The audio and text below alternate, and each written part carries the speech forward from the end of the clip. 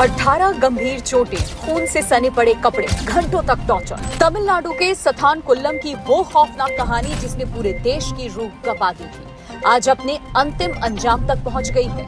खाकी के अहंकार और बर्बरता पर न्याय का सबसे बड़ा प्रहार हुआ है। सथानकुल्लम कस्टोडियल डेथ केस में कोर्ट ने 9 पुलिस कर्मियों को फांसी की सजा सुनाई। कोर्ट ने इसे रेयरेस्ट ऑफ रेयर मामला बताया है। कहा गया है कि अगर बर्बरता के लिए दोषियों को उम्र कैद की सजा दी गई तो वो पीड़ित परिवार के लिए अन्याय होगा। 6 साल बाद मिला ये ऐतिहासिक इंसाफ कानून के लिए नजीर बन गया।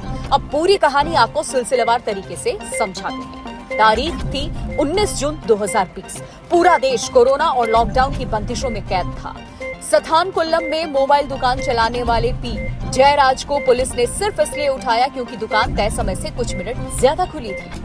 पिता को बचाने बेटा बेनिक्स थाने पहुंचा, लेकिन उसे क्या पता था कि वो और उसके पिता कभी जिंदा बाहर नहीं आएंगे। जैसे ही बेनिक्स को पता लगा कि उसके पिता को पुलिस उठाकर ले गई है, वो फौरन थाने पहुंच गया। थाने में बेनिक्स ने देखा कि उसके पिता को पीटा जा रहा है। उसने विरोध किया तो पुलिस वाले आग बबूला हो गए। उन्होंने बेनिक्स पर भी हमला कर दिया। जब उसने बचाव किया तो पुलिसकर्मी और भड़क गए। इसके बाद आरोपी पुलिसकर्मियों ने मिलकर दोनों को सबक सिखाने का फैसला किया। इसके बाद शुरू हुआ बेरहमी का सिलसिला जो घंटों तक चला। 2400 पन्नों की चार्जशीट में उस खौफनाक मंजर का जिक्र है जिसे सुनकर रूह कांप जाती है। दोनों के कपड़े उतरवाकर मेज पर झुकाया गया। उनके हाथ पैर पकड़े गए ताकि वो हिल भी ना सके। फिर उनके कुल्हों, पीठ और शरीर के अन्य हिस्सों पर डंडों से लगातार वार किए गए। पिटाई इतनी बेरहमी से हुई कि शरीर पर गहरे जख्म हो गए। इतना ही नहीं, रिपोर्ट के मुताबिक दोनों को अपने ही खून को अपने कपड़ों से साफ करने के लिए मजबूर किया गया। यही नहीं, रिपोर्ट में दोनों के शरीर पर 18 गंभीर चोटों का जिक्र किया गया।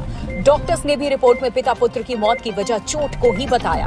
पिता जयराज ने भी पुलिस वालों से रहम की गुहार लगाई थी। उन्होंने कहा था, मत मारो, ब्लड प्रेशर, डायबिटीज की बीमारी है। बावजूद उसके पुलिस ने उनकी एक नहीं सुनी। शुरुआत में मामले को दबाने की कोशिश हुई, लेकिन जन आक्रोश के आगे सरकार को झुकना पड़ा। जांच सीबीआई को मिली। सीबीआई ने जो खुलासे किए उसने अदालत को झकझोर दिया। थाने के फर्श, टॉयलेट और यहाँ तक कि एसएचओ के कमरे की दीवारों पर मिला डीएनए पीड़ितों के खून से मैच कर गया। 2427 पन्नों की चार्जशीट में दर्ज एक गवाही ने पुलिसकर्मियों के जुल्म की दास्तां बयां की।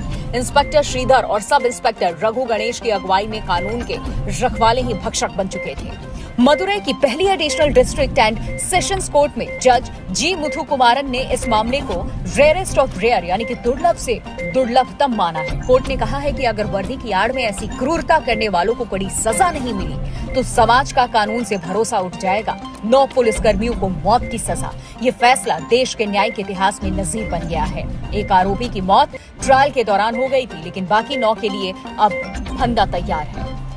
इस 6 साल की जंग में सबसे ज्यादा अगर किसी ने सहा तो वो था जयराज का परिवार।